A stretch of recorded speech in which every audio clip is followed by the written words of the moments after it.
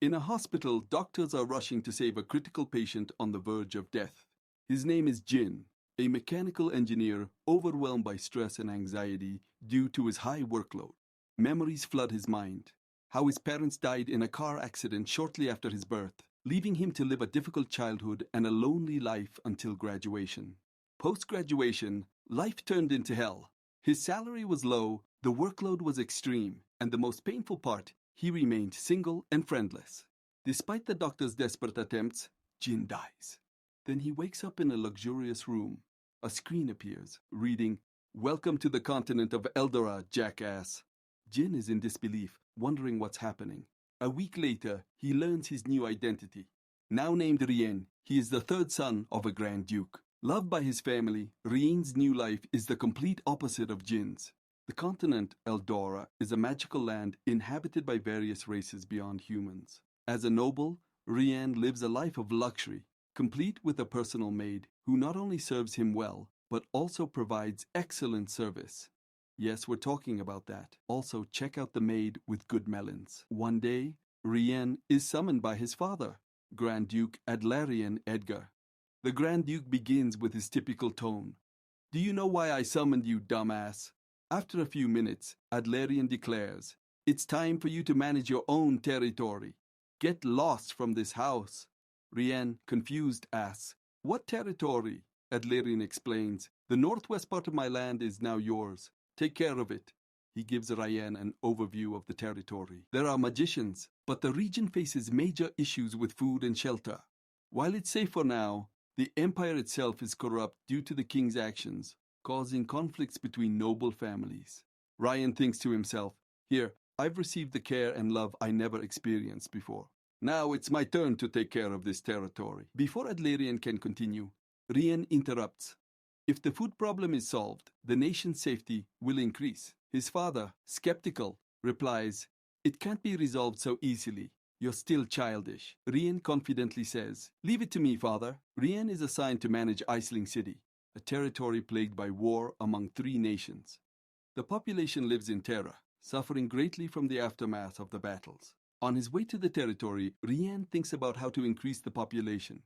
He jokingly suggests giving everyone comfortable beds and starting a conflict. Leave that thought aside. Thanks to his reincarnation, Rien discovers he has an unbelievable scanning ability. It shows the status of individuals, including their capabilities and special powers in different areas. Oh, and also their sexual capabilities. His first priority is selecting talented individuals.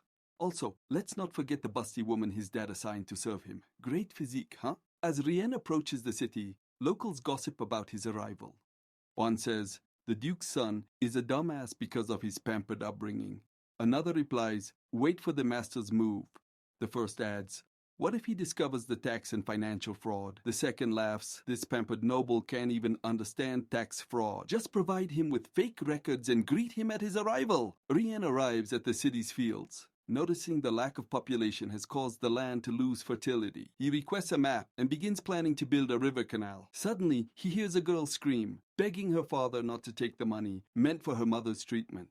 Her father, a gambling addict, ignores her pleas. Rien punches the man, but injures his hand in the process. His maid scolds, "Sir, if you want to beat someone, please inform me beforehand so I can prepare your safety gear." Rien tells her to check on the girl while he handles the bastard. The man, terrified, tries to flee, but Rien warns, "If you gamble again, I'll chop your head off." The man runs away. Rien asks the girl if she's okay and checks her stats. Shocked by her potential, he thinks, "I must recruit her."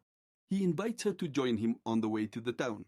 Although hesitant, she eventually agrees. Ryan, meanwhile, wonders why there's a casino in a poverty-stricken city. He suspects something is wrong. As they reach the city, Rien heads to the Lord's estate to check the development funds. He learns the girl's name is Lillian. Suddenly, a man on horseback abuses citizens and nearly runs over Ryan. His maid saves him, cushioning him with her big melon. She asks, "Are you okay, master?" Rien replies, "Thanks to you, Lean, I'm fine." He asks Lillian about the rider, and she reveals he's from the Edwin family, which owns the casinos in the city. Rien, realizing this could be the solution to his funding problem, decides to visit the casino. Lillian warns him, "They'll scam you." With a smile, Rien insists, "Let's go." Inside, gamblers are begging for loan, convinced they'll win this time. Lean notices guards surrounding the casino, and asks Rian for the next move. Rian waits for a big fish to appear. Soon, someone approaches and offers him a game. At the table, the manager gives Rian 2 complimentary chips.